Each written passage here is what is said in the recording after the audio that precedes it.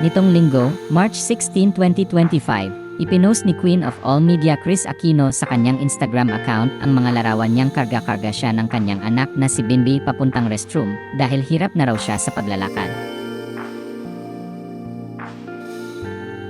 Mababasa naman sa caption ng kanyang post ang painful truth na kinakaharap niya dulot ng kanyang autoimmune diseases.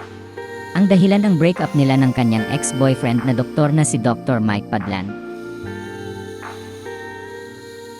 Nahad ni Kris na gusto raw ni Doc Mike na makabiyahe ng malaya na walang ibang iniisip, lalo na ang kalagayan at kalusugan niya. Ayon pa sa kanya, maluwag umano sa dibdib niya na tinanggap niya ang dahilan ni Doc Mike, pero napagtanto raw niya kamakailan na hindi talaga siya minahal nito. Ibinunyag din ni Kris na nakatanggap ng professional fees si Doc Mike kahit magkasintahan na sila. Kwento pa niya, prinangka rin daw siya ni Doc Mike. Sabi niya sa kanyang post, "The truth, in his words, iniwan kita dahil mahirap kang mahalin, sobrang sikip ng paligid." Ayon kay Kris, nang magkahiwalay sila ay kung ano-ano raw ang naririnig niya na masasakit na salita mula kay Doc Mike, at may pagkakataon pa umano na tinatrash talk raw nito ang kanyang mga kaibigan at ilang doktor na ngayon nangangalaga sa kanya.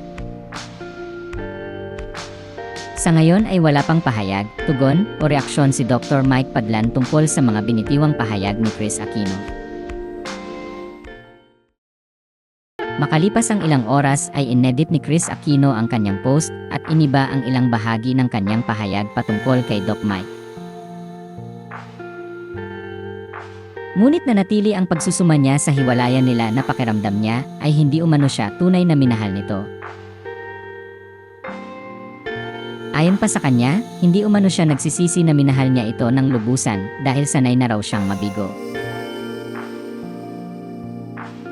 Anya, my prayer now is that we leave others out of our failure.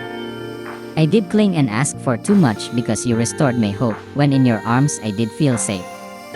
I don't regret loving you completely. Sanay akong mabigo.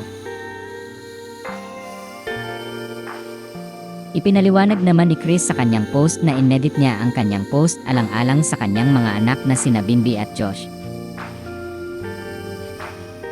Bukod pa rito, may tinukoy rin siyang M&M na nagpangiti sa kanya at nagturo ng mga simple pleasures sa buhay.